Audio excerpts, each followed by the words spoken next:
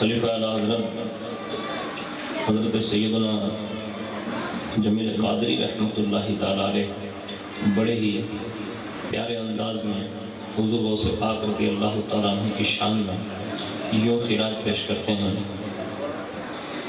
کہ گلے بوستان نبی غوث اعظم، گلے بوستان نبی غوث اعظم، مہ آسمان علی غوث اعظم، مہ آسمان علی غوث اعظم، اور جسے چاہیں کر دے عطا سر بلندی، جسے چاہیں عطا کر دے سر بلندی، ملی ہے تجھے خسروی غوث اعظم، ملی ہے تجھے خسروی غوث اعظم، اور ولی وہ ہو گیا اشارے سے تیرے، ولی ہو گیا وہ اشارے سے تیرے، صدا جس نے کی رہزنی غوث اعظم، صدا جس نے کی رہزنی غوث اعظم، اور بڑا ہاتھ تیری طرف مفلسوں کا۔ یہ دیکھیں ہمارے امام صاحب تشریف لائے، نعرہ تکبیر، نعرہ رسالت، نعرہ حیدری، فیضان غوث اعظم، عشق و محبت، عشق و محبت۔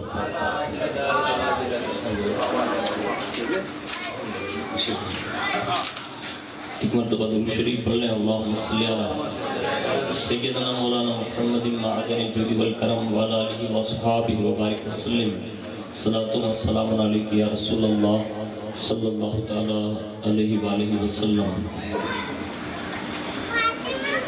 ایک مرتبہ اور درود شریف پیش کر لیں، اللہم صلی علی سیدنا مولانا محمد معدن الجود والکرم وعلی آلہ واصحابہ وبارک وسلم، صلاۃ و سلام علیک یا رسول اللہ صلی اللہ تعالی علیہ وآلہ وسلم۔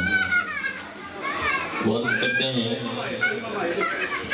کہ بڑا ہاتھ تیری طرف مفلسوں کا، بڑا تیری طرف ہاتھ مفلسوں کا، نظر تیری جانب اٹھی غوث اعظم، نظر تیری جانب اٹھی غوث اعظم، اور ولی بن گئے دم میں فساق و فجار، ولی بن گئے دم میں فساق و فجار، نظر تیری جب پڑ گئی غوث اعظم، نظر جب تیری پڑ گئی غوث اعظم، اور ولی کتب و ابدال و اوتاد و کامل، ولی کتب و ابدال و اوتاد و کامل، کریں تجھ سے کیا ہم سری غوث اعظم، کرے کیا تجھ سے ہم سری غوث اعظم، اور تو وہ گل ہے باغ حسین و حسن کا، تو وہ گل ہے باغ حسین و حسن کا، کہ بو تیری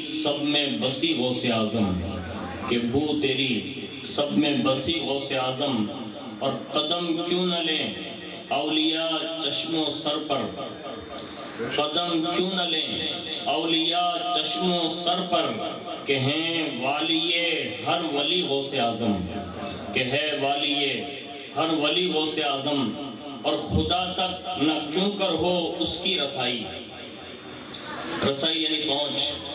آج حالات بدلے ہوئے ہیں، تقاضے بدلے ہوئے ہیں، لوگ ڈائریکٹ خدا تک رسائی حاصل کرنے کا ایک عزم لے کر گھوم رہے ہیں، لیکن یاد رکھیں کہ خدا تک وہی پہنچے گا جو مصطفیٰ کا غلام ہو، ورنہ دنیا میں کوئی کتنا ڈھنڈیرا پٹ لینا تو اس کی کہیں رسائی نہیں ہو سکتی۔ سچا جو قادری ہوگا نا غلام، وہی مصطفیٰ تک رسائی حاصل کرے گا۔ تو کہتے ہیں کہ خدا تک نہ کیوں کر ہو اس کی رسائی، کرے جس کی تو رہبری غوث اعظم، کرے تو جس کی رہبری غوث اعظم، اور تو ہے شیخ کل اور سب تیرے چیلے، تو ہے شیخ کل اور سب تیرے چیلے، تیرے زیر پا ہر ولی غوث اعظم، تیرے زیر پا ہر ولی غوث اعظم، اور ولایت کا ہے ملک زیر حکومت، ولایت کا ہے ملک زیر حکومت، ملی تجھ کو شہنشاہی غوث اعظم، ملی تجھ کو شہنشاہی غوث اعظم، اور ولایت کرامت کو ہے ناز جن پر، ولایت کرامت کو ہے ناز جن پر، وہ تجھ سے ہوئے ملتجی غوث اعظم، وہ تجھ سے ہوئے ملتجی غوث اعظم۔ اور آخر میں بڑے ہی پیارے انداز میں کہتے ہیں کہ جمیل اپنی جولی کو پھیلا بھر دیں گے، جمیل اپنی جولی کو پھیلا بھر دیں گے کہ داتا ہیں تیرے سخی غوث اعظم، کہ داتا ہیں تیرے سخی غوث اعظم۔ ایک بار اور محبت کے ساتھ درود شریف پیش کر لیں۔ اللہم صلی علی سیدنا مولانا محمد معدن الجود والکرم وعلی آلہ واصحابہ وبارک وسلم۔ صلاۃ و سلام علیک یا رسول اللہ صلی اللہ تعالی علیہ وآلہ وسلم۔ قرآن عظیم کی بہت ہی مشہور و معروف آیت کریمہ جس میں اللہ رب العزت نے ایمان والے بندوں کو یوں ارشاد فرمایا، یا ایھا الذین آمنوا اتقوا اللہ، اے ایمان والو اللہ سے ڈرو، اور پھر فرمایا وَكُونُوا مَعَ الصَّادِقِينَ، اور سچوں کے ساتھ ہو جاؤ۔ یہاں جن کو اللہ رب العزت نے مخاطب فرمایا، جس سے خطاب فرمایا، تو وہ سارے کے سارے اہل ایمان ہیں، یعنی جس کے پاس ایمان ہے اسی سے اللہ نے یہ ارشاد فرمایا۔ تو ایک تو ہونا ایمان والا، اور ساتھ ہی ساتھ میں فرمایا اللہ سے ڈرو۔ تو جس کے پاس ایمان ہو اور وہ اللہ سے اگر ڈرے، تقوی اختیار کرے، پرہیزگاری اختیار کرے، نیک اعمال کرے، گناہوں سے بچے، صالحین کی صحبت اختیار کر کے وہ بھی صالح بن جائیں، تو جنت میں جانے کے لیے قرآن عظیم اور احادیث کا اگر مطالعہ کریں تو مومن کے لیے جنت کی بشارت ہے، یہ عام ہے، مومنین کے لیے جنت کی بشارت ہے، یعنی مومن جنت میں جائے گا۔ دوسرا یہ ہے کہ متقیوں کے لیے بھی جنت کی بشارت ہے کہ وہ بھی جنت میں جائے گا۔ یعنی قرآن و احادیث کے ان مفاہیم سے ہمیں اور آپ کو یہ اندازہ لگانا چاہیے کہ جب ایمان والا جنت جائے گا، متقی جنت جائے گا، پھر بھی مومنوں کو اور متقیوں کو سچوں کے ساتھ رہنے کا حکم کیوں دیا؟ تو ہمارے بزرگوں نے وَكُونُوا مَعَ الصَّادِقِينَ کی تفسیر کرتے ہوئے اس میں جو نکات بیان کیے ہیں، تو انہوں نے یہ تشریحات کی ہے کہ ایمان ایک انمول خزانہ ہے، اور اس کو کوئی بھی چور اور لٹیرا لوٹ سکتا ہے، رہزن جو ہے اسے غصب کر سکتا ہے، چھین سکتا ہے۔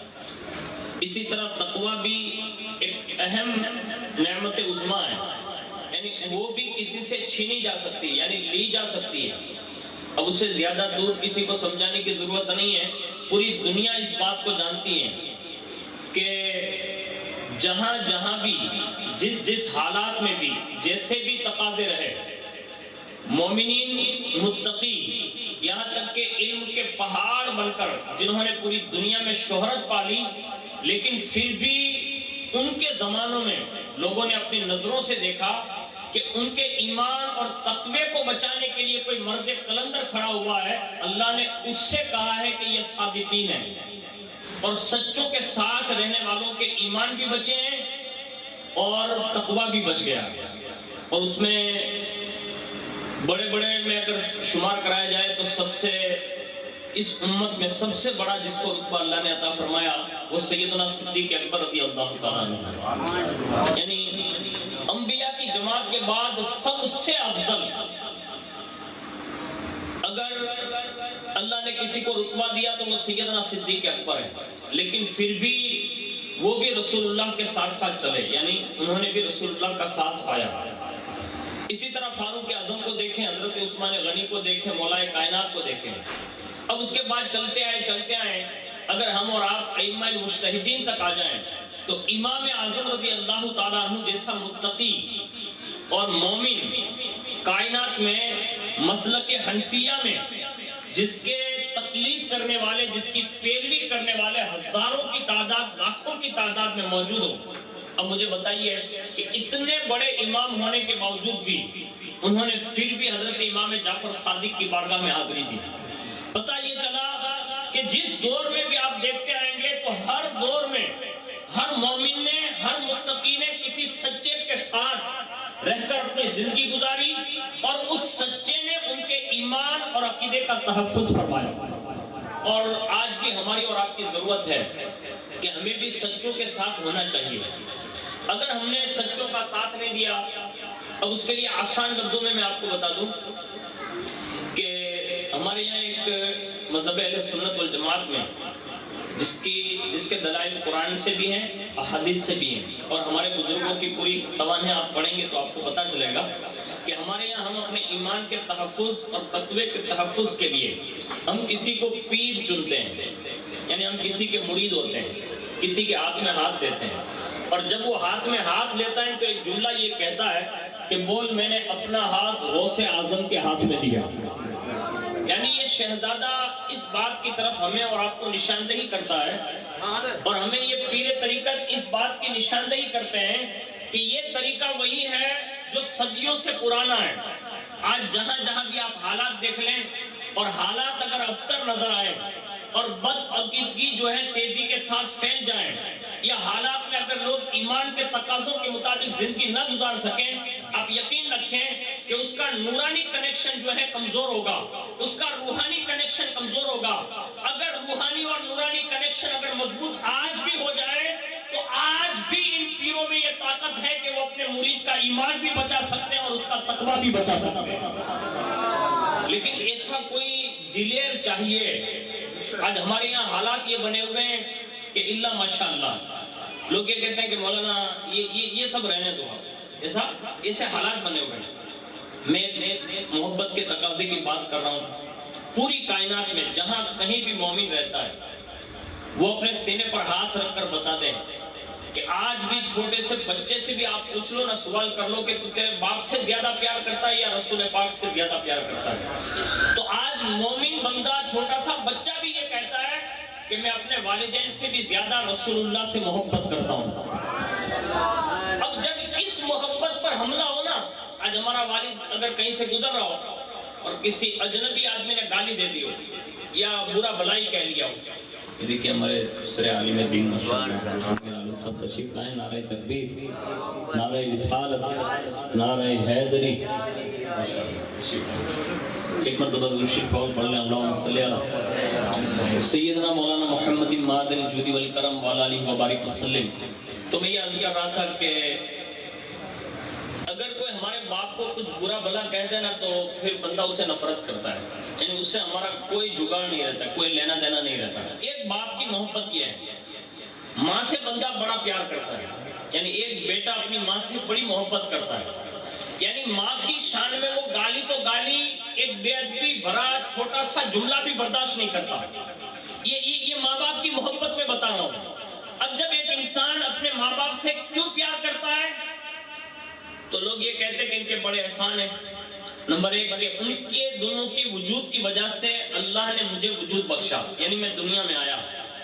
دوسرا میں نے کہا پھر بھی آپ ماں سے اتنا کیوں پیار کرتے ہیں؟ کہا اس ماں نے مجھے 9 مہینے تک اپنے پیٹ میں سنبھال کر رکھا اور اس نے میری ہر سکون والی چیز کو اختیار کیا کہ مجھے کوئی تکلیف اور بے قراری نہ ہو. یعنی 9 مہینے تک اس نے مجھے اتنا سنبھالا کہ اپنی پرواہ نہ کی، لیکن میں پیٹ میں تھا نا تو میری پرواہ کی. یعنی کروٹ لینے میں بھی اس نے میرا خیال کیا، کام کاج کرنے میں بھی اس نے میرا خیال کیا، اور 2 سال تک مسلسل اس نے مجھے دودھ پلایا. یہ ماں کی ممتا ہے، محبت ہے. میں نے کہا باپ سے اتنا پیار کیوں ہے؟ کہا میرے بچپن سے لے کر جوانی کی دہلیز تک جتنی بھی مجھے خوشیاں میسر تھی وہ ساری خوشیاں مجھے میرے باپ نے دلائی. میں نے جب بھی کوئی فرمائش کی میرے باپ نے وہ فرمائش پوری کی. یعنی کائنات میں ایک انسان اپنے ماں باپ سے زیادہ کسی کو نہیں چاہتا. وجہ یہ ہے کہ انسان کے پاس اس کے ماں باپ بہت کچھ ہے. میں کہتا ہوں سن لو، جب ایک باپ تمہیں جوانی کی خوشیاں دے سکتا ہے، ایک ماں تمہیں 9 ماہ تک پیٹ میں رکھ کر تمہارا خیال کر سکتی ہے، تو اس کی محبتوں کا تقاضا یہ ہے کہ اس کے تعلق سے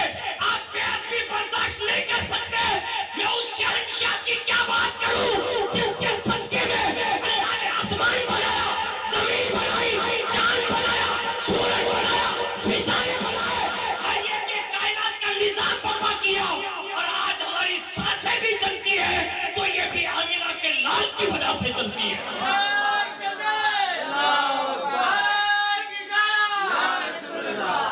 ارے وہ لوگ بے وقوف ہیں جنہوں نے رسول اللہ کے گستاخوں سے جوڑا جوڑ لیا, جنہوں نے وہابیوں سے رابطہ مطلب کر لیا. ہم کہاں جا رہے ہیں؟ اور مجھے افسوس یہ ہے, میں دیلواڑہ کے تمام ذمہ دار مسلمانوں سے عرض کروں گا جو مومنین ہیں, اللہ کے لیے ابھی بھی ہوش کے ناخن لینے کی ضرورت ہے. آپ کہیں گے کہ مولانا آپ کو تکلیف کیا ہے؟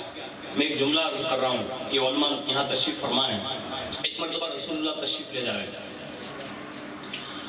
دیکھا کہ ایک جنازہ گزرا, صحابہ کے ساتھ جلوہ فدن تھے, حضور کی آنکھوں میں آنسو آ گئے. صحابہ نے پوچھا یا رسول اللہ اب کیوں رو رہے ہو؟ تو کہا کہ یہ جو ہے نا مرا ہوا بندہ جا رہا ہے. کہاں؟ ہاں. کہا کاش وہ میری دعوت پر لبیک کہہ لیتا تو جہنم میں نہیں جاتا. ایک بندہ رسول اللہ کے زمانے میں بغیر کلمہ پڑے ہوئے جا رہا ہے, یعنی مومن بنے بغیر جا رہا ہے, تو حضور رو رہے ہیں اور اس پر اظہار افسوس کرتے ہوئے فرمایا کاش یہ میری دعوت پر لبیک کہتا تو جہنم میں نہ جاتا. آج ہمارے یہاں 99% لوگ جا رہے ہیں, ہم غفلت میں سو رہے ہیں اور ہم یہ سمجھ رہے ہیں کہ ہماری کوئی ذمہ داری نہیں. قیامت کے دن اللہ سب سے پہلے جو پوچھے گا نا وہ رعایا کے بڑوں سے پوچھے گا. چھوٹوں سے اتنا جلدی سوال جواب نہیں ہوگا, بڑوں سے پوچھا جائے گا کہ تم نے اس وقت کیا کیا. صرف سمجھوتا کرنا جانا یا کبھی رسول اللہ کی محبت میں غیرت سے بھی کام لیا. اور غیرت کس کو کہتے ہیں معلوم ہے؟ آج ہمارے یہاں حالات یہ ہو گئے کہ ہماری غیرت کم ہو گئی, ورنہ تاریخ کا یہ عظیم باب ہے کہ سیدنا فاروق اعظم نے اپنے بیٹے سے ایک بار یہ جملہ کہا تھا, کہا بیٹا تو اپنی بیوی کو طلاق دے بس. اب اس زمانے کے بیٹے بھی بڑے فرمان بردار تھے, ہمارے اور آپ کی طرح تھوڑے تھے کہ تھوڑا بہت پیسہ مل جاتا تو ابا کو بھی چھوڑ دیتے. ایسا نہیں تھا, وہ دور بڑا عظیم دور رہا. رسول اللہ نے جس سے بہترین دور کہا, بہترین زمانہ کہا, وہ دور چل رہا ہے, یعنی دور رسالت جاری ہے. لیکن اس وقت فاروق اعظم نے اپنے سگے بیٹے حضرت عبداللہ ابن عمر سے کہا کہ اپنی بیوی کو طلاق دے. اور جب یہ جملہ کہا نا تو بیٹا ہی تھا, اس نے کہا ٹھیک ہے حضور جیسا آپ کا حکم. فوراً وہ حضور کی بارگاہ میں حاضر ہو گئے. کون؟ حضرت عبداللہ. اور عریضہ پیش کر دیا کہ حضور میرے ابا نے یہ جملہ ارشاد فرمایا, مجھے سمجھ نہیں کہ میری بیوی کا قصور کیا ہے, لیکن انہوں نے کہا ہے تو آپ کیا فرماتے ہیں؟ یعنی پتہ یہ چلا کہ کبھی کبھی ایسے بھی حالات ہو نا, تب بھی صحابہ کے بچے بھی رسول اللہ کی بارگاہ میں جایا کرتے تھے. اب یہ میں کوئی وہابی کی بات نہیں, صحابی کی بات بتا رہا ہوں. پتہ یہ چلا کہ دنیا میں کوئی بھی مسائل ہو نا تو یہ اولیاء, یہ انبیاء, یہ غوث, یہ قطب, یہ ابدال, ارے میں تو یہ کہتا ہوں کہ آج کا کافر بھی یہ جانتا ہے. میں مسلمان مومن کی بات تو بہت بلند ہے, لیکن آج کا کافر بھی یہ جانتا ہے کہ جب کوئی ڈاکٹر ہاتھ نہیں تھامتا نا تو آج بھی وہ حضرت شاہ لا کر مریض کو رکھ دیتا ہے. یعنی جو سراسر کافر ہے, پیدائشی کافر ہے, نسلاً کافر ہے. یہ مرتدوں کو کیا ہو گیا کہ جو یہ ڈفلی بجانے لگے کہ اولیاء اللہ کے مزار پر جانے سے کوئی فائدہ نہیں ہے. یہ مرتدوں کو ہوش کے ناخن لینا چاہیے, اور خاص کر کے اہل سنت و جماعت کو تو اور زیادہ ہوش میں آنے کی ضرورت ہے. صحابی رسول کا بیٹا بھی جانتا تھا کہ میرا یہ مسئلہ اب بھی کوئی حل کر سکتا ہے نا, یعنی باپ کی نافرمانی بھی نہ ہو, بیوی بھی بچ جائے. یعنی مسئلہ اتنا مطلب یہ سچویشن ایسی تھی کہ عمر جیسا باپ جلالی ہو اور اس میں یہ حکم نکل جائے. ایک تو روب ہی اتنا تھا, لیکن یہ روب کی وجہ سے, اور سب باپوں کے روب بیٹوں پر بھی نہیں چلتے نا, لیکن یہ تو وہ عمر ہے کہ جس سے پورا مکہ اور مدینہ کانپتا تھا, جہاں سے شیطان بھی راستہ بدل دیتا, ان کے روب کا عالم کیا ہوگا. یہ غیرت ایمانی تھی ان کی. سنیں آپ آگے. حضرت عبداللہ نے کہا حضور آپ کیا فرماتے ہیں؟ یا رسول اللہ آپ کی عظمتوں پر قربان کہ کل بھی آپ نے اپنے صحابہ کے مسائل حل کیے تھے, آج بھی امتی کسی مسائل میں الجھتا ہے نا اور کوئی یا رسول اللہ کی صدا دیتا ہے نا تو حضور آج بھی آپ کرم فرماتے ہیں. اور یہ حقیقت ہے, لیکن ہمیں وہاں تک رسائی کرنی ہوگی, پہنچ کرنی ہوگی, ورنہ یہ سمجھوتوں سے کچھ نہیں ہوگا. مولانا کہیں کہتا نہیں, مولانا کہیں بولتا نہیں, اور مولانا نے منہ پر تمہیں من تاڑو لگاڑی دے تو مولانا نے ہو پڑی بھائی. لیکن اب ہمیں اور آپ کو کو مشک ناخن لینے کی ضرورت ہے. ہم جہاں رہتے ہیں, ہم جہاں کے باشندے ہیں, ہمیں خود غور و خوض کرنی ہوگی, ورنہ ہماری نسلیں بھی ہمیں بد دعا دے کر جائیں گے. ہاں, حضرت عبداللہ نے جب یہ سوال کیا نا تو حضور نے مسئلے کا حل بتایا. مسئلے کا حل یہی تھا تو حضور نے بتایا. ارشاد فرمایا عبداللہ ایک کام کر, ایک طلاق دے دے اور پھر رجوع کر لے, تو باپ کا حکم بھی ادا ہو جائے گا اور تیری بیوی بھی بچ جائے گی. یعنی باپ کا فرما بردار بھی رکھا, بیوی بھی بچا لی. پتہ یہ چلا, معلوم یہ ہوا کہ حضور نے اس زمانے میں ظاہری حالات میں یہ مشکل کا حل نکال کر ہمیں اور آپ کو پیغام دیا کہ جیسے حضور یہ مسائل حل کر کے اپنے صحابہ کے بیٹوں کے حالات کو بچا سکتے ہیں, اگر کوئی سید زیادہ دل والے سے صدا دے تو حضور نہیں سن سکتے؟ سن سکتے ہیں اور اس کے مسئلے کو حل کر سکتے ہیں. لیکن ہمارے یہاں حالات یہ ہے کہ ہم نے لالچ سے کام کیا, سنجیدگی اس میں نہیں ہوتی. ایمان کے جب معاملات ہوتے نا تو اس میں پھر غیرت صدیقی چاہیے. ایمان کے معاملات ہونا تو غیرت فاروقی چاہیے. ایمانی معاملات ہونا تو عثمان غنی کی غیرت چاہیے. اور جب ایمان کا مسئلہ ہو, عقائد کا مسئلہ ہو, تو شمشیر حیدری چاہیے. حضرت عثمان غنی کا دور وہ دور ہے. آج ہمارے یہاں کسی مسجد سے کوئی نکال دیتے کہ امام صاحب آپ نے یہ غلط کیا, یعنی کسی کو نکال دیں, یا مسجد میں کوئی نہیں آئے کہ بھائی آپ کے وہابی بھی آتے ہیں ہم نہیں آئیں گے, یا امام صاحب کہتے ہیں کہ میں نماز نہیں پڑھاتا یا نکاح نہیں پڑھاتا, تو لوگ کہتے ہیں مولانا لوگوں نے ہوتے کیوں. حضرت عثمان غنی کی شہادت کا دور آپ دیکھ لیں, وہ 40 دن جس میں حضرت سیدنا عثمان غنی باقاعدہ بند رہے گھر میں, مسجد نبوی میں باقاعدہ مولا کائنات نے بھی ان بلوائیوں کے ساتھ نماز نہیں پڑھی. یہ حقیقت ہے. آج ہماری اور آپ کی ضرورت یہ ہے کہ جب پاور آپ کے پاس ہے, طاقت آپ کے پاس ہے, ٹرسٹ آپ ہے, پورا گاؤں سننی ہے, پھر بھی ہم وہابیوں سے ڈر کر زندگی گزاریں گے, یہ ہماری غیرت کو گوارا نہیں کرتی. ہمیں پھر ایمانی غیرت صحابہ سے حاصل کرنی ہوگی, اور وہاں وہی ایمان قبول کیا جائے گا جو صحابہ جیسا ایمان مضبوط ہوگا. ورنہ وہ تال متول کرنے اور ادھر کے ادھر ڈفلی بجانے والوں کا وہاں کوئی مطلب جگہ ہی نہیں ہے. ہمیں یہ غیرت پیدا کرنی ہوگی. رسول اللہ نے مسئلہ حل کیا, عبداللہ چلے گئے گھر, باپ کی فرما برداری بھی ادا کی, رجوع بھی کر لیا, دونوں مسئلے حل ہو گئے. اتنے میں فاروق اعظم آ گئے, اور جیسے فاروق اعظم آئے نا تو فاروق اعظم رضی اللہ تعالیٰ عنہ سے حضور نے فرمایا, عمر اب سنو غیرت ایمانی یہ ہے, اب چائے او بھائی اب باہر پلائیں گے, اندر کسی کو نہیں پلائیں گے. ابھی جیسا تو پنکھا بند کر دیں گے تو ان کو چائے کی پیاس بھی نہیں لگے گی. ایک مرتبہ درود شریف پڑھ لیں, اللہم صلی علی سیدنا مولانا محمد مبارک وسلم. یہ حالات جو بدلے نا ہمارے, یہ چائے کی چسکیوں میں چلے گئے. یہ حقیقت بتا رہا ہوں. اب رکھیں گے آنے رکھیں بیٹھا, چائے پینے بیٹھا تھا, اور چائے میں اس نے ایک گھٹا وہ بھی پلا دیا. دو بیڑی کی مطلب چسکیاں لگائیں تو اس میں وہ پٹ گیا, اور تھوڑے بہت مطلب دھندے کی سیٹنگ کروا دی, آدمی ختم. یعنی جس کو حقیقت میں یہ چیزوں نے ہمیں جو ہے بہت دور. میں کبھی کبھی سوچتا تھا یار غوث پاک جیسا بیٹا رسول اللہ کا ہو, اور 25 سال تک انہوں نے بھوکے اور پیاسے رہ کر کیسے گزارے ہیں. اس کا مطلب بھوک بھی کوئی عبادت ہے, یعنی بھوک بھی کوئی. آج ہم کھانے پینے میں للچا گئے, بریانی ہو بس, وہ مرغی کی بریانی کی وہ بس وہ آ گئی نا. ہاں, تو یہ ساری چیزیں لوگوں کو جو ہے ایمان سے دھو رہی ہے. یاد رکھ لیں, ہمارے لیے آج بھی آئیڈیل کربلا ہے. سبحان اللہ. تین بھوکے اور پیاسے رسول اللہ کے کنبے سمیت 72 نفوس قدسیہ نے یہ بتا دیا کہ اگر حالات اتنے سنگی ہو جائیں نا کہ بھوکا بھی رہنا پڑے نا دین بچانے کے لیے, تو رہ لینا, یہ سنت امام حسین ادا ہو جائے گا. لیکن آج یہ حالات بڑے نازک ہیں. میں بہت سنجیدگی سے گفتگو کر رہا ہوں, لیکن گامے کے آدمی ہوں تو تھوڑا جذباتی بھی ہوں. لیکن یاد رکھ لیں آپ کہ یہ غیرت تھی.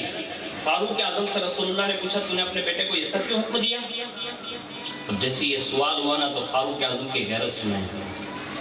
آج ہماری غیرت جو ہے نا اتنی مطلب گر گئی ہے کہ ہم اس کا مطلب سوچ بھی نہیں سکتے. سیدنا فاروق اعظم نے عریضہ پیش کیا کہ یا رسول اللہ, جب تک عبداللہ کی شادی نہیں ہوئی تھی نا, کہا ہاں, کہا میں جس مجلس میں آپ کی بارگاہ میں حاضر ہوا صف اول میں نے اپنے بیٹے عبداللہ کو دیکھا تھا. یعنی آپ سے محبت میں اتنا قریب تھا بچپن سے کہ وہ صف اول میں بیٹھا ہوتا تھا. یعنی آپ سے اتنا قریب تھا. پھر ہوا کیا؟ کہا جب سے اس کی شادی کرا دی اور یہ بہو آئی ہے نا. کہا ہاں. کہا یا رسول اللہ جب بھی دیکھتا ہوں تو وہ پیچھے یہاں تک کہ آخری صفوں میں پہنچ گیا. اور میری غیرت ایمانی یہ گوارا نہیں کرتی کہ جو خاتون میرے گھر میں آ کر میرے بیٹے کو صرف رسول اللہ کی مجلس کی پچھلی صف تک پہنچا دینا یہ بھی عمر کو گوارا نہیں. اس لیے میں نے طلاق کا حکم دیا. آج اگر یہ بات کوئی کر دے نا تو کہ مولانا تو پاگل تھی گیا. پاگل نہیں ہم لوگ, ہم بیوقوف لوگ تھوڑی ہے. تو ایسے ہی پوری پبلک مسئلے پر چڑھا دیتی ہے تو چڑھا دو نا کسی کو بلا کے. ایسے نہیں چڑھاتی. اس پر بھروسہ یقین ہے. بڑا ذمہ دار آدمی ہے. وہ جب نیت کرتا ہے نا تو پیچھے پوری جماعت یہ کہتی ہے پیچھے اس امام کے. یعنی یہ یقین ہے ہمارا کہ ہمارے دو ائمہ یہاں بیٹھے. آپ پوچھ لیں اللہ کی عزت کی قسم ہم سنیوں میں تو اتنی غیرت ہے ہمارے اماموں میں کہ الحمدللہ ثم الحمدللہ کائنات میں شاید, میں تو یہ کہتا ہوں شاید بھی, میرے خیال سے ایسا ہو نہیں سکتا, لیکن ایک جملہ کہہ رہا ہوں. اب دنیا کی کوئی مسجد اٹھا کر دیکھ لیں آپ, کوئی امام بے غیرت اتنی کبھی نہیں کر سکتا کہ وہ بغیر وضو کے نماز پڑھاتے ہیں. کر سکتا ہے؟ آپ بتائیں مجھے. میں یہ جملہ جو کہہ رہا ہوں یہ بالکل سچوٹ ہے.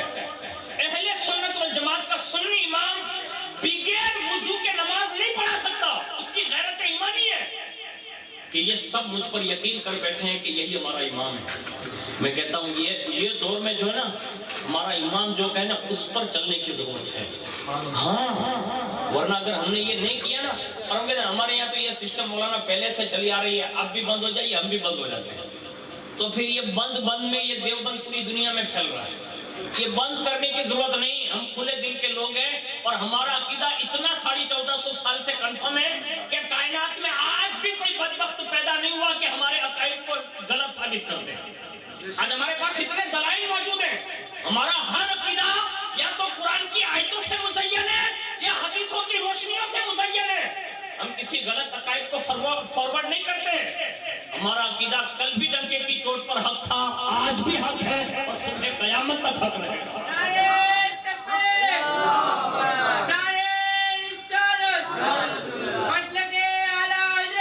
لیکن جنہوں نے اپنے حالات سے سمجھوتا کر کے معاذ اللہ کسی کی بھی چاپلوسی بھی اگر کی ہے تو اسے اللہ سے ڈرنا چاہیے, اسے اللہ کا خوف کھانا چاہیے. یہ فاروق اعظم کی میں نے ایک غیرت بتا دی, لیکن ساتھ میں ایک ایمانی جذبات. میں سیدنا غوث پاک رضی اللہ تعالیٰ عنہ کے زمانے میں عشق جو ہوتا ہے نا وہ کبھی بکنے نہیں دیتا. اس کو ہمیشہ یاد رکھ لیں. آپ اگر مومن ہیں, حضور کے امتی میں اگر حقیقی معنوں میں آپ مومن ہیں تو ایمان جو ہے نا وہ کبھی بکتا نہیں ہے, اور جو بک جاتا ہے تو پھر اس کو اپنا احتساب کرنا چاہیے کہ شاید وہ مومن ہی نہ رہا ہو. یہ ایمانی غیرت ہے. ہمارے یہاں لالچ چاہے دنیا میں کوئی کچھ بھی لا کے رکھ دینا, اس سے بڑھ کر اور کیا بتاؤں. خاص کر کے میں رسول اللہ کے خاندان کے احوال بیان کروں تاکہ ہمارے دلواڑے کے سارے لوگوں کو سمجھ میں آئے. اگر غیرت زندہ ہونا تو تمام سادات کی ماں سیدہ کائنات سیدہ طیبہ طاہرہ ماں خاتون جنت رضی اللہ تعالی عنہا اتنی بڑی دلیر اور اتنی بڑی سخیہ گزری ہے کہ جب عین نکاح کے وقت حضور نے کہا نا کہ فاطمہ آپ کیا چاہتی ہیں, جب مہر کا سوال آیا کہا کیا چاہتی ہے, تو ایک روایت یہ ملتی ہے کہ یا رسول اللہ میں یہ چاہتی ہوں کہ میں نے جب سے ہوش سنبھالا نے کہا ہاں, کہا تب سے میں نے آپ کو دیکھا ہے کہ آپ امت کے غم میں رہتے ہیں. کہا ہاں, کہا کوئی میرا ایسا مہر مقرر کر دیا جائے کہ جس سے آپ کی ساری امت کا بھلا ہو جائے. جب یہ سنانا تو اللہ نے ڈائریکٹ جبریل علیہ السلام کو بھیجا, کہا جبریل جاؤ میرے محبوب کو سلام کہنا اور میرے محبوب کو پیغام دینا کہ آپ اپنی بیٹی سے فرمائیں کہ وہ راضی ہو جائیں. اللہ نے اس کی نکاح کا مہر جنت اور اس کی ساری نعمتیں رکھ دی. یہ رسول اللہ کی وہ صاحبزادی ہے کہ جس کے عین خوشی کے موقع پر یہ بشارت آئی, کہا آپ کا مہر جنت اور جنت کی نعمتیں رہے گی. لیکن واہ آپ کے دلوں کی وسعتوں پر قربان کہ آپ نے اپنی وسعت ظرفی کا وہ مظاہرہ کیا. کہا یا رسول اللہ مجھے جنت بھی نہیں, جنت کی نعمتیں بھی پسند نہیں. یعنی سیدہ وہ ہے جو رہتی تھی 17 پیبند کے اندر، لیکن کہا میرے نکاح کا محض جنت اور اس کی نعمتیں بھی نہیں. کہا تو بیٹی آپ اور کیا چاہتی ہیں؟ کہا بابا اللہ کا قرآن یہ کہتا ہے کہ جنت تو وہی جائے گا جو ابرار ہوگا، نیکوکار ہوگا. آپ کا گنہگار امتی کہاں جائے گا؟ جس نے عشق کا دم بھرا ہوگا وہ غربت کی چکی میں ضرور پیسا گیا، لیکن آپ سے غداری نہیں کی، اس نے کسی کے پیسوں پر اپنے ایمان کا سودا نہیں کیا. وہ کہاں جائیں گے؟ اس لیے میں تو یہ چاہتی ہوں کہ آپ کا ہر گنہگار عاشق جو ہے وہ بھی بخشا جائے، اس کی بھی مغفرت کر دی جائے. اتنے میں دوبارہ جبریل آئے اور باقاعدہ لیکھت مہر کے ساتھ آئے. کہا اللہ کا پیغام یہ ہے اور لیکھت یہ ہے کہ آپ کی بیٹی کی مہر ہی یہ ٹھہرا دی گئی ہے کہ اللہ آپ کی ساری گنہگار امت کی بخشش اور مغفرت کرے.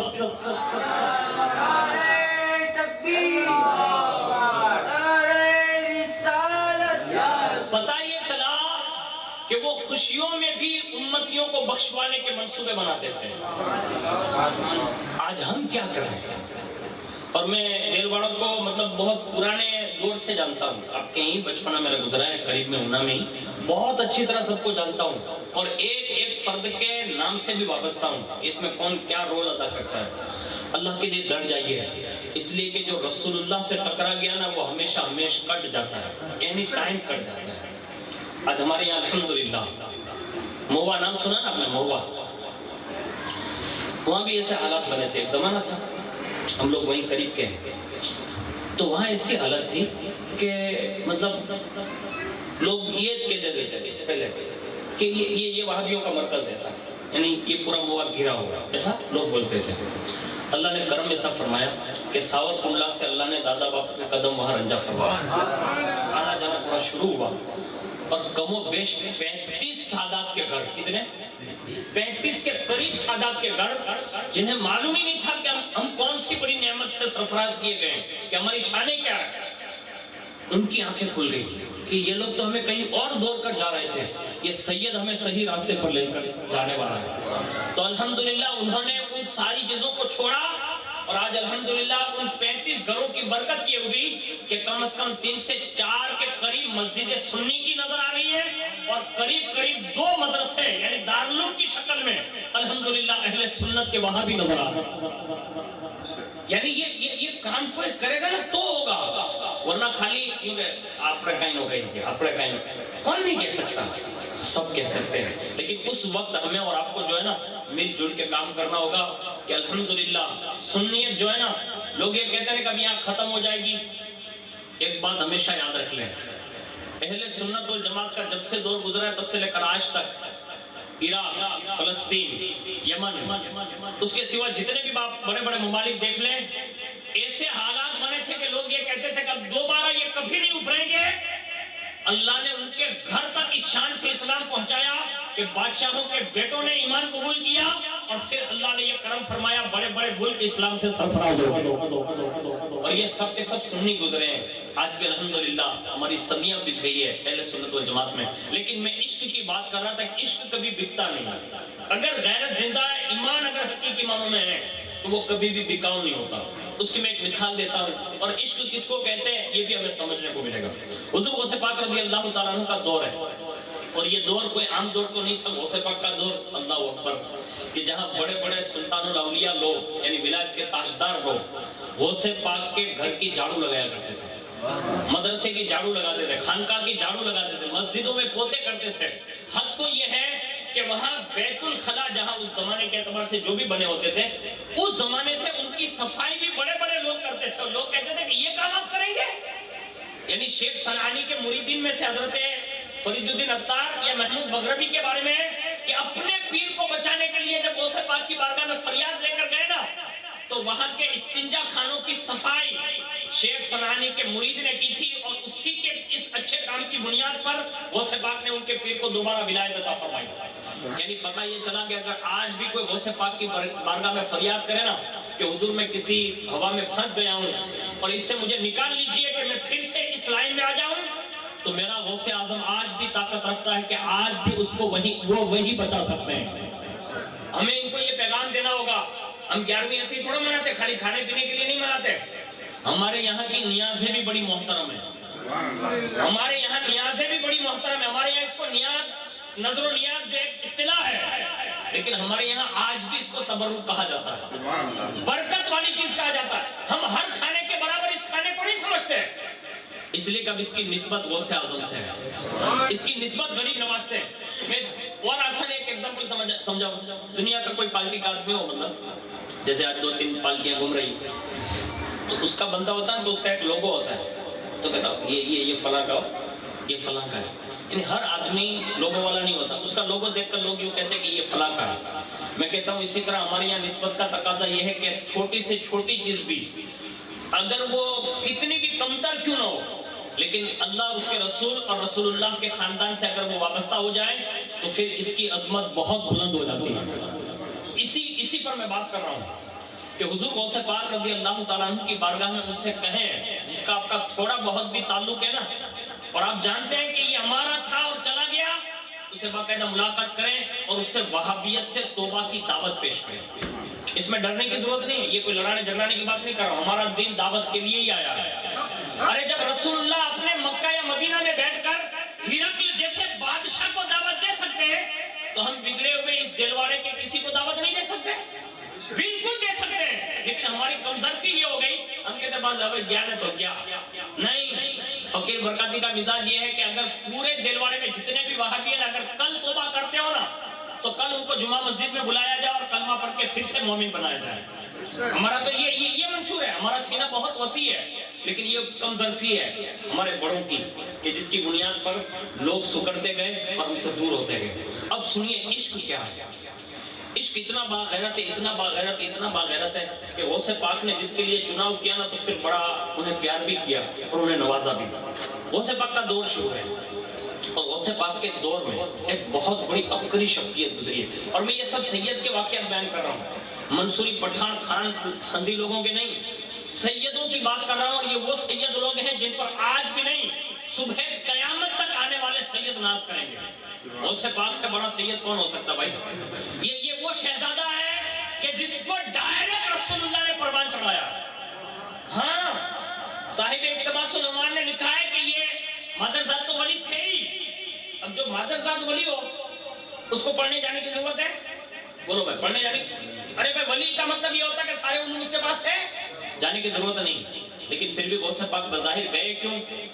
تاکہ آنے والے سیدوں کو پتہ چل جائے کہ کچھ پڑھنا لکھنا بھی چاہیے، یہ شہزادوں کو پتہ چل جائے، کیونکہ آج فنس اس لیے ہے نا کہ ہمیں اپنے آپ کی نہیں معلوم نہیں، ہمیں پڑھنے کی ضرورت ہے، لکھنے کی ضرورت ہے، ہمیں اپنے بزرگوں سے کچھ حاصل کرنا ہوگا۔ غوث پاک نے پڑھ کر قیامت تک آنے والی اپنی نسلوں کو پیغام دیا، پڑھو گے تو سچائی تک تمہاری رسائی ہو جائے گی۔ اور غوث پاک نے پڑھا، لیکن حقیقت میں آپ دیکھنے جائیں گے نا تو ہمارے صوفیاء نے یہ بات لکھی ہے کہ حقیقت میں ان کو پروان ڈائریکٹ رسول اللہ نہیں چڑھایا، لیکن پھر بھی انہوں نے وہ ظاہری تکلیفیں بھی اٹھائی، مسائل بھی اٹھائے، اور باقاعدہ لوگوں کی اصلاح کے لیے کوشش بھی کی۔ لیکن سنو، اس دور میں ایک سید زادے اور ہے، اور اس سید زادے نے تو وہ کمال کر کے دکھایا کہ آج بھی دنیا ان کے نام کے ایک سلسلے سے آج بھی وابستہ ہے۔ حضرت سیدنا احمد رفاعی کبیر رحمت اللہ تعالیٰ علیہ کا نام سنا ہوگا، یہ کائنات کی بہت بڑی اپنی شخصیت ہے، اور انہوں نے اپنے عقیدے کا اظہار یوں کیا کہ جب غوث پاک کے ظاہری دور میں اور باقاعدہ جس وقت وہ رسول اللہ کی بارگاہ میں گئے تو رسول اللہ کے روزے پر انہوں نے اپنی عرضی پیش کی کہ یا رسول اللہ، آج آپ کا بیٹا سید احمد رفاعی کبیر آیا ہے، لیکن ایک تمنا لے کر آیا، اور مجھے یقین ہے کہ میرا نانا مجھے رسوا نہیں نکالے گا۔ یہ عقیدہ بتا رہا ہوں ان کا، کہا مجھے یقین ہے کہ آپ مجھے مزار پر سے رسوا نہیں نکالیں گے، اور میری تمنا یہ ہے کہ حضور اپنا دست انور باہر نکالیں، آپ کا بیٹا سید احمد رفاعی کبیر آپ کے ہاتھ مبارک کو بوسہ دینا چاہتا ہے۔ یہ غوث پاک کے بزرگ ہیں، اور جس وقت یہ مزار شریف پر حاضر ہے اس وقت 300 کے قریب اولیاء موجود ہیں، اور اس میں غوث پاک بھی بنفس نفیس موجود ہے۔ اور جب وہ دست انور نکلا نا تو نکلا تھا سید احمد رفاعی کبیر کے لیے، لیکن جن لوگوں نے، جو دوسرے لوگ تھے، اولیاء تو تھے، دوسرے لوگ تھے، انہوں نے صرف حضور کا ہاتھ دیکھا۔ اس سید کی برکت لوگوں کے یہ ملی کہ جس نے ہاتھ دیکھا اللہ نے اسے بھی ولایت کے منصب پر فائز فرما دیا۔ آپ کو بات بتا رہا ہوں. تو غوث پاک کا عقیدہ یہ تھا کہ ہمارے نبی آج بھی قبر انور میں زندہ ہے. یہ سیدوں کا عقیدہ ہے کہ نہیں؟ یہ سیدوں کا عقیدہ ہے. اب اگر کوئی قرب و جوار میں بگڑ جائے یعنی بدعقیدگی میں اگر وہ داخل ہو جائے تو ہمارے یہاں یہ دستور ہے کہ سید کبھی بدعقیدہ ہوتا نہیں. برابر ہے؟ اس کا عقیدہ کبھی خراب نہیں ہو سکتا. اگر ہو گیا تو پھر اس کی تشویش کرنی ہوگی کہ سید ہے کہ نہیں. ہاں اس لیے کہ رسول اللہ کی پاک نسل سے اللہ نے وعدہ فرما لیا وہ کبھی مرتد ہو نہیں سکتا, اور ہو گیا اور کفر کی حد تک چلا گیا تو اب ہمارے یہاں پھر وہ سید نہیں رہا. ہاں یہ آپ کسی سے پوچھ لینا, کسی مفتی صاحب سے پوچھ لینا, یہ حقیقت ہے. اس لیے کہ ہمارے یہاں تو مومن کا دستاویز ہی یہی ہے کہ وہ رسول اللہ کو ایسے ہی جانے جیسے صدیق اکبر نے جانا. ہمارے یہاں تو رسول اللہ کو آج بھی ایسے ہی ماننے کا حکم ہے جیسے غوث پاک نے مانا تھا.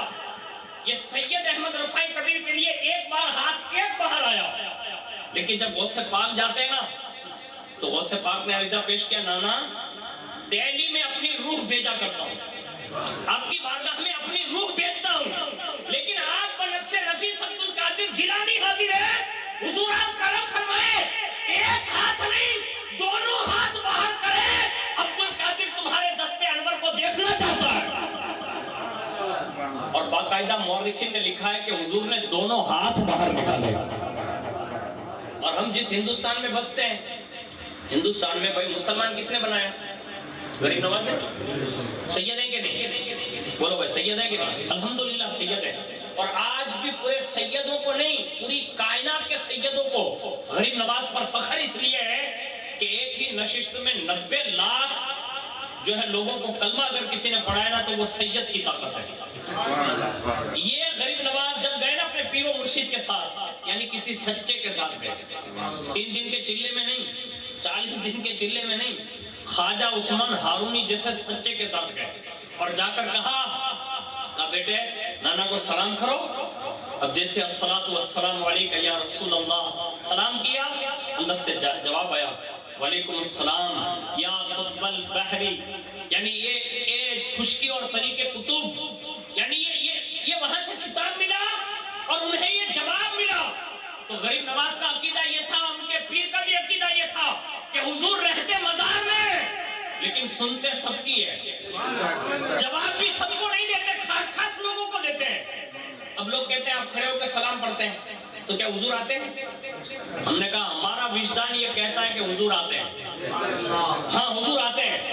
یہ کوئی یہ نیوز نہیں بتا رہا ہوں آپ کو میں, یہ آپ کو کوئی دیویا بھاسکر کی کوئی خبر نہیں سنا رہا ہوں, یہ کنفرم باتیں ہیں جو حقیقت سے تعلق رکھتی ہے. آج بھی کچھ مرد قلندر ایسے موجود ہیں کہ جب وہ روزے پر جاتے ہیں نا تو انہیں نشانیاں بتائی جاتی کہ فلاں کے پاس چلا جا وہ میرا نائب حاتم ہے. ہاں میں نے ایک سید کے بارے میں سنا نا تو میری آنکھیں ڈبڈبا گئی. آج بھی ایک سید ہے جو بڑے مشہور ہے اور میں انہیں اس وجہ سے مطلب اور ہی میری محبت ان سے بڑھ گئی. ایک مفتی صاحب ہے مدراس کے ایک مفتی صاحب, ان کو رسول اللہ نے اپنا دیدار کرایا. یہ سنیے, یہ سید کی شان بہت بڑی ہے. اس مدراس کے مفتی صاحب کو خواب میں حضور نے آ کر ارشاد فرمایا, کہا تیرے مدراس میں فلاں کے پاس میرے منہ مبارک ہے, یعنی باز مبارک. کہاں؟ ایک کام کر, وہ ابھی بد عقیدہ ہو گیا, اس کا عقیدہ خراب ہو گیا, اب وہ میرے منہ مبارک کو وہ عزت نہیں دیتا جو اس کے باپ دادا دیتے تھے. اب ایک کام کر, یہ منہ مبارک جو ہے اس کو لے اور اس کو لے کر مالیگاؤں کی سرزمین پر جا اور سید محمد امین قادری کو جا کر دے دے. یہ ہے لوگوں کی پہنچ آج بھی. ابھی تو یہ زندہ ہے نا, میں نے اپنے کانوں سے مفتی صاحب سے سنا ہے. میں کہتا ہوں اگر سید کام کرنے لگے نا تو گنبد خضرا سے پھر یوں بشارتیں ملتی ہیں, لیکن کام تو کوئی کرے. یہاں تک ہمارا پنچ جے کے نہیں تھا, میں کسی پنچ کا مخالف نہیں, آپ کا پنچ آپ کا کام کرے گا, لیکن میں جنرلی بات کر رہا ہوں. ہر جگہ یہ مسئلہ بڑا مطلب سنجیدہ ہے. کوشش کرنا, عشق جو ہے نا وہ کبھی بکتا نہیں. یہ غوث پاک کی بات بتائی میں نے, سید احمد رفاعی کبیر کی بات بتائی اور غریب نواز کی بات بتائی. تینوں کو جواب بھی ملے اور باقاعدہ دونوں کو دیدار کیا.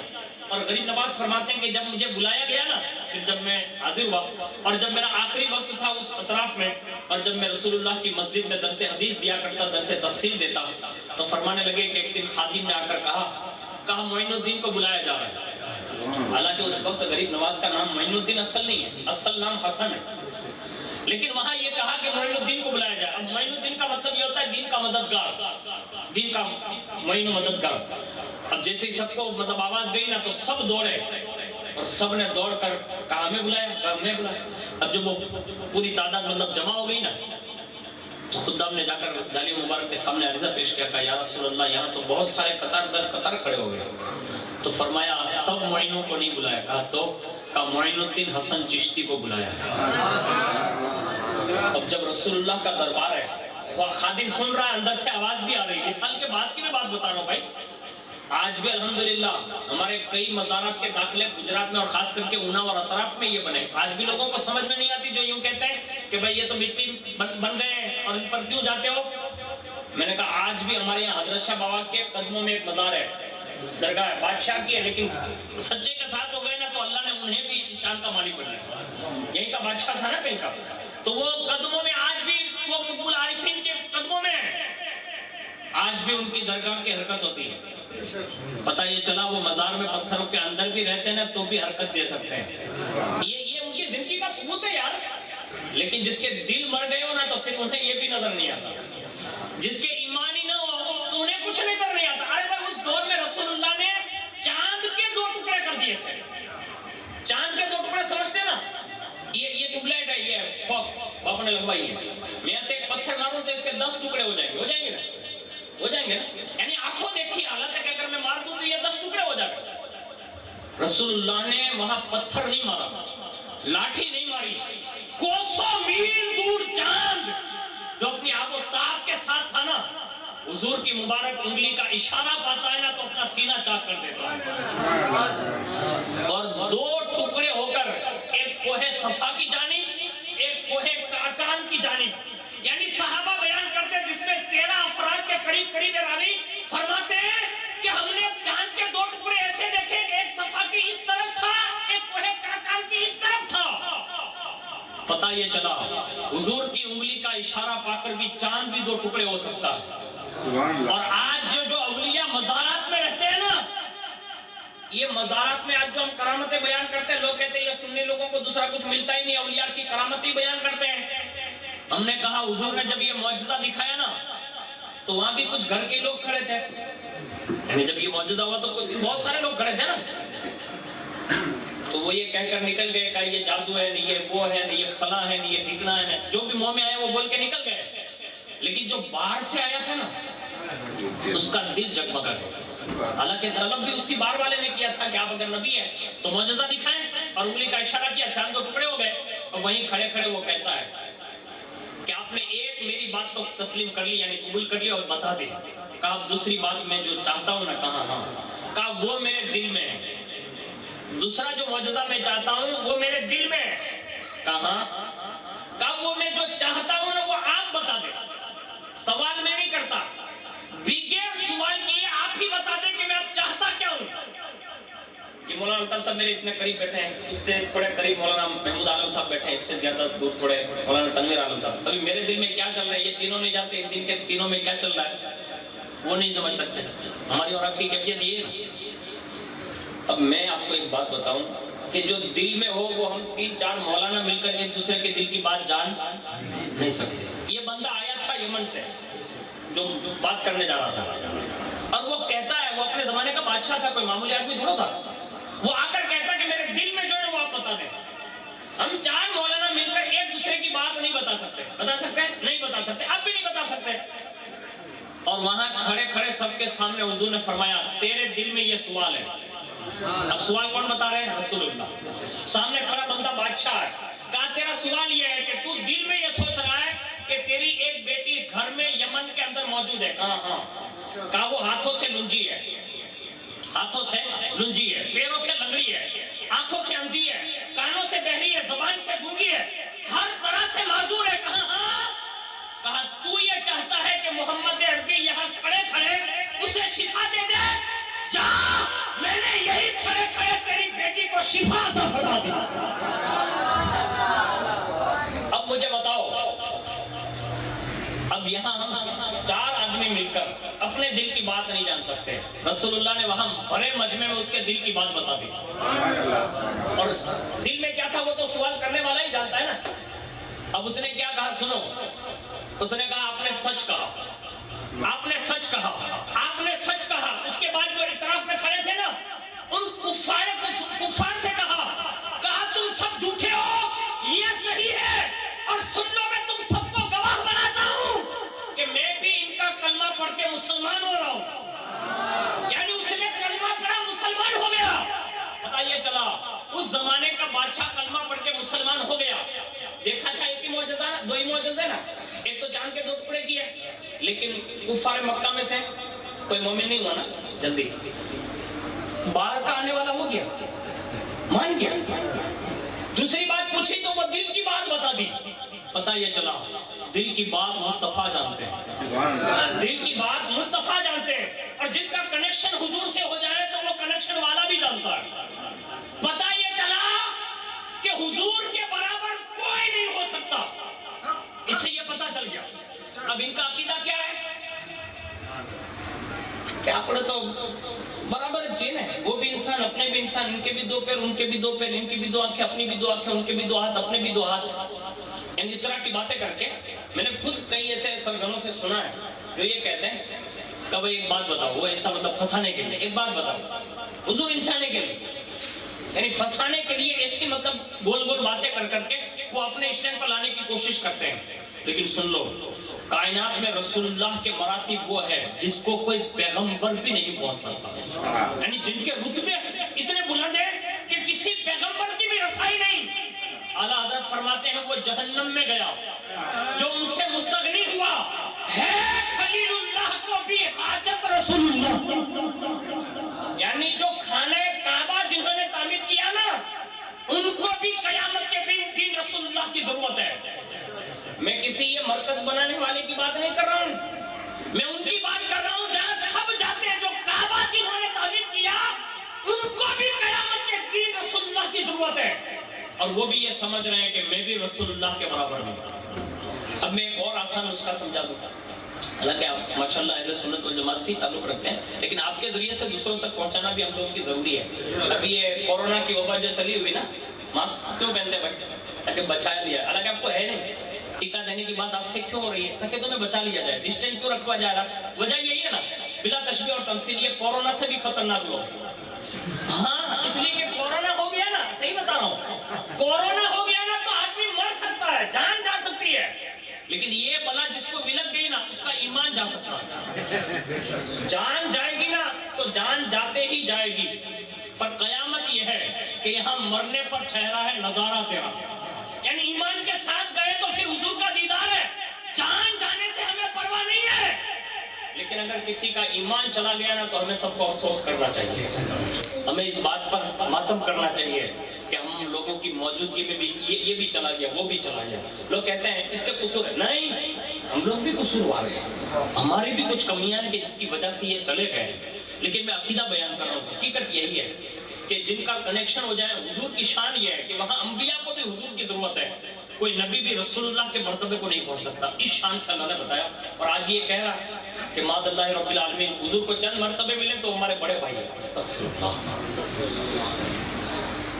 جو سارے ساداتوں کا بابا ہے نا، شیر خدا علی المرتضی مولا کائنات رضی اللہ تعالیٰ عنہ، انہوں کے لیے تو حضور نے یہ کہا کہ علی تو میرا بھائی دنیا میں بھی ہے، آخرت میں بھی ہے، لیکن زندگی میں کبھی مولا کائنات سے کوئی یہ ثابت نہیں کر سکتا کہ انہوں نے کبھی رسول اللہ کو اپنا بڑا بھائی کہا، کبھی نہیں کہا، یعنی مولا کائنات جانتے تھے کہ کوئی رسول اللہ کے برابر نہیں ہو سکتا۔ اس لیے آج بھی ایک شیعہ لوگوں کا طبقہ ہے جسے ہمیں نفرت صرف اس لیے ہے کہ وہ معاذ اللہ یہ مولا کائنات کو رسول اللہ سے بھی افضل جانتا ہے، یعنی خدا ہونے کا دعویٰ مولا کائنات کے تعلق سے ان کا عقیدہ ہے۔ ہم اس شیعہ سے بھی محبت نہیں کرتے، حالانکہ وہ پنجتن پاک سے محبت کا دعویٰ کرتے ہیں، لیکن ہمارے یہاں ان کے لیے کوئی جگہ نہیں ہے۔ کیوں؟ اس لیے کہ ان کا منشور ہی الگ ہے، ان کا راستہ ہی الگ ہے۔ سنی تو اگرچہ غریب ہے لیکن تیرا عقیدہ بہت ٹناٹن ہے، یعنی صدیق اکبر سے لے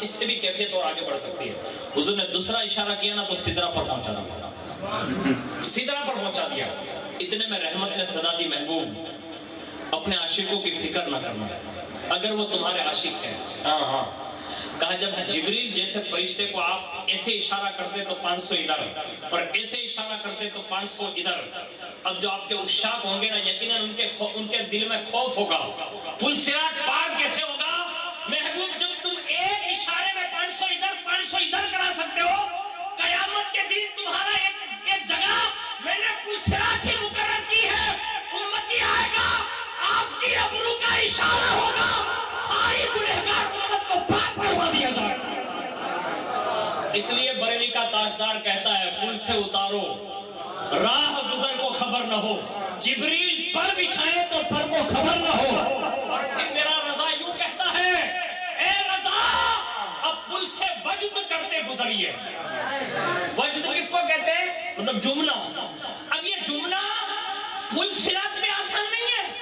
ہمارے یہاں تو اونا میں اتنا لمبا چوڑا پل ہے اور اگر ندی آ جائے نا بابو تو پل پر سے گاڑیاں روک دی جاتی. میں نے کہا کیوں؟ ہو سکتا ہے کہ گر جائے, یعنی بڑی وزن والی گاڑیوں کو روکا جاتا ہے, کوئی گزرنے کے لیے تیار نہیں. میں نے کہا اتنا لمبا چوڑا پل ہے اور اتنا مضبوط ہے پھر بھی نہیں گزرنے دیا جاتا. وہ بال سے زیادہ باریک, تلوار سے زیادہ تیز اور وہ بھی اندھیرے میں ہے. پھر بھی امام کہتا ہے رضا پل سے اب وجد کرتے گزریے. میں نے کہا امام ایسا کیوں ہے؟ کہا تجھے معلوم نہیں ہے عشق جب بولتا ہے تو سر چل کے بولتا ہے. تجھے اندھیرا نظر آتا ہے, بال سے زیادہ باریک نظر آتا ہے, تلوار سے زیادہ تیز نظر آتا ہے, لیکن اس امام احمد رضا سے پوچھتا ہے سن میں نے اس محبوب کا دیدار کیا ہے, ان آنکھوں سے دیدار کیا ہے, اور جب سے دیکھا ہے تو میری وجدانی کیفیت کا عالم یہ ہو گیا ہے. رضا پل سے اب وجد کرتے گزر گئے. میں نے کہا امام وہاں وجد کیسے کریں گے؟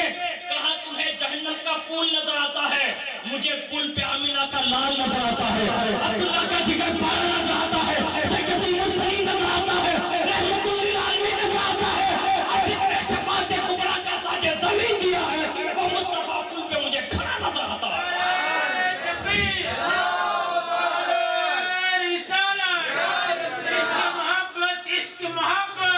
ہم اپنے نبی سے پیار کرتے ہیں جو نبی ابرو کے اشارے سے پل صراط پار کرا دیں گے. ہے کوئی ان دیوبندیوں میں کوئی ایسا ملا جو پل صراط پار کرا دے؟ کوئی نہیں ہے. آئینہ پولیس پکڑی جائے بیا باٹھا مرے تو کوئی چھوڑا ہوا نہ تو یہ حقیقت ہے.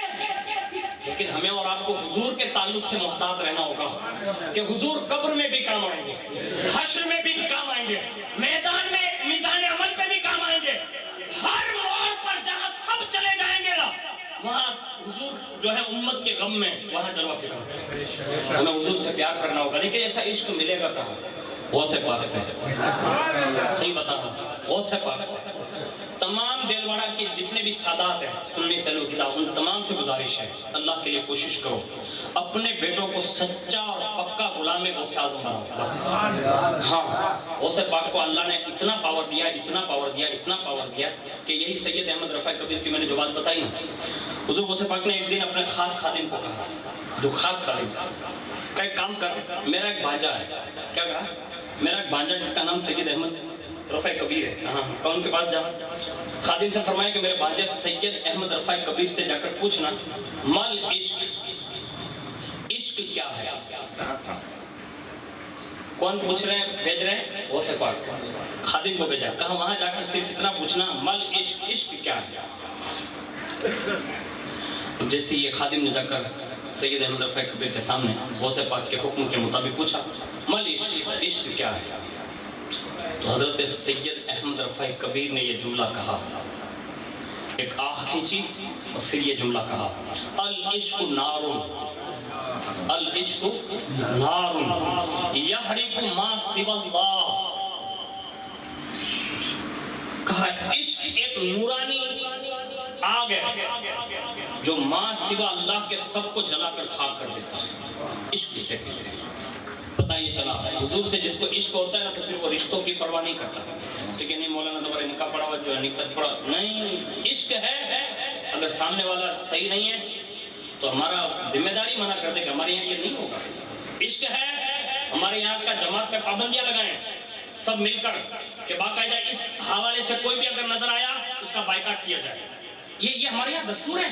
عشق یہ سکھاتا ہے کیونکہ اللہ کے سوا وہ عشق جو ہے نا سب کو جلا کے خاک کر دیتا ہے. اور سنیے اس وقت کیا کیفیت ہوئی نا وہ بتا رہا ہوں. حضرت احمد رفاعی کبیر نے جس وقت یہ پرسوز آنکھ کھینچی اور جیسی آنکھ کھینچی تو وہ درخت جس کے نیچے آپ تشریف فرماتے ہیں یعنی جس درخت کے نیچے حضرت سید احمد رفاعی کبیر موجود تھے اس میں آگ لگ گئی. آگ لگ گئی اور اس کے بعد پھر سید صاحب خود بھی جلنے لگے. کون؟ سید احمد رفاعی کبیر.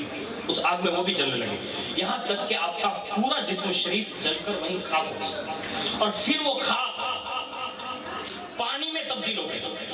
عشق جو ہے نا اس کی منزل بتا رہے غوث پاک نے جب سوال کیا یہ پوچھنے بھیجا نا خادم کو عشق کا مطلب پوچھ کیا ہو تو یہ خادم نے سارا منظر دیکھا اور پھر فرماتے وہ کہ وہ پانی ہو کر جہاں بیٹھے تھے جہاں جل کر پہلے تو آگ ہو گئے اور اس کے بعد وہ پانی میں تبدیل ہوئے اور اسی جگہ پر جہاں بیٹھے تھے نا وہاں وہ برف کی طرح وہ پانی جم گیا.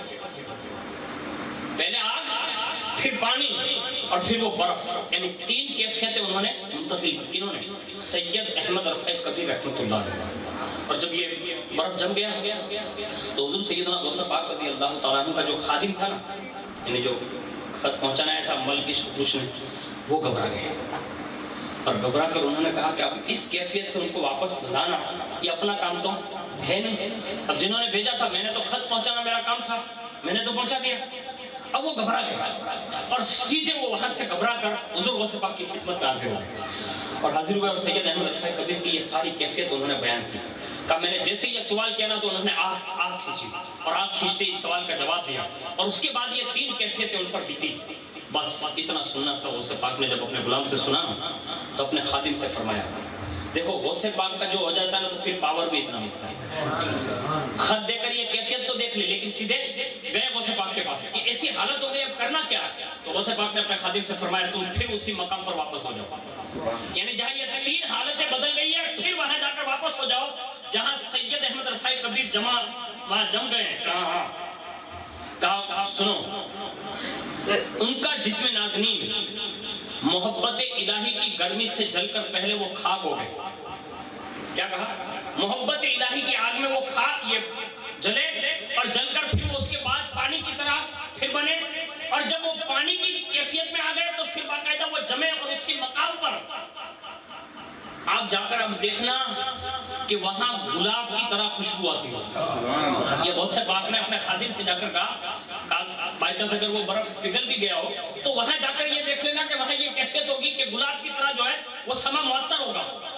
اور سنو سید احمد رفاعی کبیر کے جسم کے اس پانی کے چاروں طرف فرمایا کہ میں جو جملہ کہہ رہا ہوں اس کو بغور سنو. کہا کیا؟ کہا وہاں جا کر بخور جو آتا ہے نا اس کو سلگانا یعنی جلانا یعنی اپنی زبان میں یوں کہہ سکتے ہیں کہ آگ جلانا لیکن وہ بخور اس زمانے میں جو بھی رہا ہو تو اس کو جلانا اور اس کو سلگانا اور اس کی خوشبو جو ہے وہ سید احمد رفاعی کبیر کے جسم کو پہلے جیسا بنا دیتی یعنی اب بھیجا غوث اعظم نے. آج ہمارے یہاں یہ حالات ہے ماشاءاللہ ہمارے بہت بڑے عامل یہاں تشریف فرما ہے اور یہ چراغ اشرفیہ کا نام آپ نے سنا ہوگا کبھی جو مکتوب پاک کا ہے. اسی طرح غوث پاک کے نام کے بھی چراغ ہوتے ہیں اور بہت اس میں بڑی روحانیت ہے. عاملین جو حقیقی معنوں میں عامل ہے وہ سب یہ حالات جانتے ہیں ہماری اور آپ کی کیونکہ یہ اپنا فیلڈ نہیں ہے لیکن عامل صاحب موجود ہے اس لیے میں عرض کر رہا ہوں. اب غوث پاک نے جو بخور سلگانے کے لیے دیا تھا نا ابھی غوث پاک نے بھیجا تھا. اب غوث پاک ہی جانتے تھے کہ اب اس سے ہوگا کیا یعنی پھر وہ جسم واپس لوٹنے کی بات تھی. چنانچہ حضور غوث پاک کے خادم نے آپ کے ارشاد کے مطابق جیسی وہاں خوشبو وغیرہ جو سل گئی نا تو آپ فرماتے ہیں وہ خادم کہ ایک سیکنڈ بھی نہ گزری تھی کہ سید احمد رفاعی کبیر محبت الہی میں کلمہ طیبہ پڑھتے ہوئے کھڑے ہو گئے. پتہ یہ چلا عشق الہی کی آگ جو عشق جان لیتا ہے نا تو پھر اس کی کیفیت یوں ہوتی ہے لیکن وہ عشق واپس کیسے آتا ہے تو پتہ چلا غوث پاک سے کنیکشن ہوتا ہو تو آتا ہے یعنی واپس یہ جوائنٹ ہوتا ہے اور یہ عشق کی آگ جو ہے نا اس سے واپس اس منزلے سے اس طرف بھی پھیر سکتی ہے. اب اب جیسے غوث پاک کے خادم کہتے ہیں ایک سیکنڈ نہیں گزری نا تو کلمہ پڑھتے ہوئے پہلے کی طرح زندہ ہو کر اٹھ کر بیٹھ گئے. جب حضور غوث پاک رضی اللہ تعالیٰ عنہ کو سید احمد رفاعی کبیر کے میں نے جا کر یہ حالات بتایا, کہا وہ اپنی جگہ پر واپس آ گئے. تو آپ نے فرمایا کہ جو ولی, اب سنیے ہمارے یہاں اولیاء بھی معمولی نہیں ہیں, بہت بڑے لوگ ہوتے ہیں. اب ان لوگوں کو کیا معلوم کہ ولی کس کو کہتے ہیں. ہمارے یہاں جو امام لوگوں کی قدر نہیں جانتا ہو, علماء اور سید کی قدر نہیں جانتا ہو, وہ ولی کیا جانے. یعنی اپنی زبان میں یوں کہہ سکتے ہیں کہ یہ حمار کیا جانے کہ سیب کا ٹیسٹ کیا ہوتا ہے. یہی تو ہے نا, یعنی جس کو یہ چیزیں ملتی اور جس کو اس کا پتہ ہوتا ہے نا اس کی باتیں ہوتی ہے. اب سنو, حضور غوث پاک نے سید احمد رفاعی کبیر کے تعلق سے جب یہ بات حالات بتائے انہوں نے تو پھر کہا سنو, جب ولی اس مقام فنا در فنا, صرف فنا نہیں, فنا در فنا کی منزل پر پہنچ جاتا ہے اور پھر اس کو دوبارہ اپنے جسم کے ساتھ دوبارہ نئی زندگی میں پہنچایا جاتا ہے. یعنی فنا بھی ہو پھر فنا ہو, یعنی فنا میں بھی ایک فنا ہے. ایک فنا کی بات کروں, حالانکہ ان کا درجہ بہت بلند ہے جو میری نظر سے ان کے تعلق سے کتابوں سے پڑھا ہے. ایک فنا لوگ جب سمجھاتے ہیں, فنا اور بقا ہمارے علماء سمجھاتے ہیں, ماشاءاللہ علامہ نظامی صاحب سمجھایا کرتے تو انہوں نے اپنی کتاب خطبات نظامی میں یہ بات بڑی شرح و بست کے ساتھ بیان کی. فرماتے ہیں کہ حضرت صابر پاک سے کسی نے ایک مرتبہ یہ سوال پوچھ لیا, کہا فنا کس کو کہتے ہیں, بقا کس کو کہتے ہیں. یہ جملہ پوچھ لیا, یعنی سوالیہ نشان ہے. تو کہا فنا کس کو کا وقت آنے پر جواب دے دیا جائے. اب اسی عالم میں صابر پاک جو ہے دنیا سے ایک زمانے میں رخصت ہو گئے تو مرید کے دل میں ایک کھٹکا گزرا, کہا میرا سوال کا جواب تو باقی رہ گیا. پیر صاحب تو ایسے ہی نکل گئے, لیکن پیر ہوتا ہے. اگر آپ کسی کے مرید ہیں صحیح میں پیر کامل کے تو پیر ہی ہوتا ہے, لیکن تیرا مزاج امیر خسرو جیسا ہونا چاہیے. ورنہ وہ 6 مگوئیاں ہوئے نا تو پھر اس میں کچھ نہیں, کچھ ملنے ہی والا نہیں. ارے بھائی جنید بغدادی کے زمانے کا مرید بگڑ سکتا ہے تو اس زمانے کا نہیں بگڑ سکتا ہے. جنید پاک غوث پاک کے زمانے سے پہلے سے نا ان کا مرید بھی تھوڑا بہت ہوا میں اڑ گیا نا تو جنید بغدادی کا کام کیا گیا. آج اگر بگڑ جائے تو اس پہ افسوس کیوں ہے کہ بھائی وہ بگڑ گیا, لیکن ایسا ہو سکتا ہے. لیکن ایک پتے کی بات بتا رہا ہوں کہ جب مرید نے یہ سوال یا نشان کیا دل میں کھٹکا گزرنے لگا, کہا یہ تو گئے, اب جواب تو باقی رہ گیا, لیکن پیر ہوتا ہے. بعد وصال بھی مرید کی دل کی خبر رکھتا ہے. وصیت جو کی تھی نا اس میں وہ جواب پوشیدہ تھا, مرید کو تو اتنی سمجھ نہیں تھی. آج ہمارے یہاں تو حالات یہ کہ پیر صاحب سے زیادہ مرید زیادہ اڑتا ہے. ہاں, امام صاحب سے زیادہ مقتدی 2 مسئلے زیادہ بتاتا ہے. یعنی جو امام صاحب کو بتانا چاہیے تھا وہ سب ختم. اب وہ مقتدی بار چوراہے پہ بیٹھ کے مطلب سارا دارالفتہ کھولے ہو گئے. اور ہمارے یہاں حالات یہ بنے ہوئے, جہاں میں گیا ہوں لوگ یہ کہتے ہیں کہ یہ مفتی صاحب ہے. تو میرے کو کبھی ہنسی آ جاتی ہے کہ یہاں بھی مفتی صاحب رہتے ہیں. بولے یوں مفتی صاحب نہیں ہے, یوں مفتی صاحب. یہ حالات ہے ہمارے. میں کہتا ہوں جس کا جو کام ہے اس کو کرنا چاہیے. جیسے آپ مچھی کے ویپاری ہیں تو مچھی کا کام آپ کا ہے. اگر میں بھی مچھی میں آ کے ڈنگے پہ بیٹھ جاؤں اور کہوں کہ نہیں بولنا 2000 تھا ہے تو کوئی مارے کہ بھائی انو انتی بتارے کا کھاتی ہے, انتی وہ چوت, یعنی بھاؤتاؤں میں مجھے نہیں پتا نا, میرا کام ہی نہیں ہے یہ. یعنی گیرج پہ بیٹھ کے میں یہ کہوں کہ نہیں انجن یوں کھڑی گاڑی میں نہیں کھولیں گے, اس کو الٹی کر کے کھولیں گے, تو لوگ کہیں گے یہ بیوقوف انجینئر, یہ مطلب میکینک ہے. اسی طرح ڈاکٹر میں اگر کوئی سردی والا ہے اور میں کہوں کہ جا بھائی آپ کر لیں تو لوگ کہیں گے آپ کو معلوم ہی نہیں ڈاکٹر لیں تو آپ کیوں کہتے ہیں. تو آج ہمارے حالات یہ ہو گئے, جس کے جو کام تھے نا وہ چھوڑ دی, مطلب اس سے لے لیا اور دوسرے لوگوں نے کرنا شروع کر دیا. یہ نہیں کرے, جس کا جو کام ہوتا ہے نا وہی کرے. اسی طرح پیر ہونا یہ پیر کا ہی کام. اب مرید کو پیر بننے کی ضرورت نہیں ہے. یعنی اب وہ اتنا آگے بڑھ جائیں. میرے ایک دوست ہے, بہت چہیتے دوست ہے, میں ان کی بات نہیں کرنا چاہتا, لیکن عرض کر دیتا ہوں کہ کبھی کبھی وہ پیر صاحب سے بھی سبقت لے جاتے ہیں گفتگو میں. تو کبھی کبھی پیر صاحب کہتے ہیں کہ فلاں اب تھوڑی دیر خاموش رہا کرو. یعنی اسی میں ہماری بھلائی ہے. یعنی یہ حالات ہے. لیکن یہ مرید کے دل میں جیسے کھٹکا گزرانا, اب وہ پیر تھے کہ جن کی شان ہی الگ ہے. لیکن وصیت کی تھی نا کہ میرا جنازہ ایک بزرگ آ کے پڑھائیں گے, ان کا انتظار کرنا جب تک وہ نہ آ جائیں. ان کی کیفیت کیا ہوگی, کہا گھوڑے پر سواری کریں گے, برقع پوش ہوں گے, وہ آئیں گے اور سیدھے نماز پڑھا کے رخصت ہو جائیں گے. کہا ٹھیک ہے. اب صابر پاک کا جنازہ ہے اور یہ تو ہندوستان ہے نا بھائی, یعنی یہیں کلیئر شریف ہندوستان میں. اب وہی جنازہ ہے, سارے لوگ آ گئے, لیکن انتظار ہو رہا ہے وصیت نامے پر. وصیت نامے پر انتظار ہو رہا ہے. آج ہمارے یہاں کئی شہر ایسے ہیں کہ باپ ٹناٹن سنی ہوتا ہے, بیٹے کچھ بگڑے ہوئے ہوتے ہیں. باپ وصیت کر کے جاتا ہے کہ سنی امامت جنازے کی نماز پڑھائے گا. لیکن بیٹے کی کمزوریوں کی وجہ سے جو ہے سنی امام نماز نہیں پڑھا پاتے. آج بھی ہمارے حالات، ہمیں اپنے بیٹوں کو وصیت کر کے جانا چاہیے. ہاں اگر یہ ہم نے نہیں کیا نا، لوگ کہتے ہیں مولانا نکاح اچھے نا، جنازہ اچھے نا. ارے بھائی اینی ہٹو تھے، ہمیں ہمارا ایمان تھوڑا خراب کر چھو بھائی. یہ کوئی مولانا مولوی کے جھگڑے نہیں ہیں، یہ ڈائریکٹ اللہ اس کے رسول کی محبت، اس کی ایمانی غیرت کے مسائل ہیں. اس پہ ہمیں سچوٹ رہنا ہوگا. ہم جیسے دنیا داری میں سچوٹ رہتے ہیں ایسے ہمیں اپنے دین میں بھی سچوٹ بننا ہوگا. سنو، جیسے وہ گھوڑ سوار آئے نا تو مرید خوش ہو گئے، کاش کام ہو گیا. اب جیسے وہ آئے جلدی سے گھوڑے اترے اور سیدھے مصلی پہ، اور جیسے مصلی پہ گئے نا تو مصلی پہ کھڑے ہو کے نماز ان کو پڑھانا تھی، جلدی سے پڑھا دی اور پڑھانے کے ساتھ فوراً گھوڑے کی طرف بڑھے. اب جیسے ہی بڑھے تو مرید کس کو کہتے ہیں سنو، فوراً سب تو جنازے کی طرف بڑھے، یہ گھوڑ سوار کی طرف بڑھے اور دامن پکڑ کر کہا حضرت کہاں جا رہے ہیں؟ کہا میرا کام تھا میں نے کر دیا. کہا نہیں ایسے نہیں جانے دیں، یہ میرا پیر ہے. દેલવાડામાં ઘણા છોકરા એવા આટા મારતા છે જેને ખાલી ગોટલે બેઠા હોય ને ગેમ રમતા ને ખાલી જેને પૂછવું તમારે ખાલી કે ભાઈ ગોસેબાગના નાના નામ શું હતું, ખાલી સવાલ કરજો કોક દી. તમને આ તો ખાલી આઈડિયા આપવા માટે, નકર પૂછતા નહીં, તમારી મનની મરજી.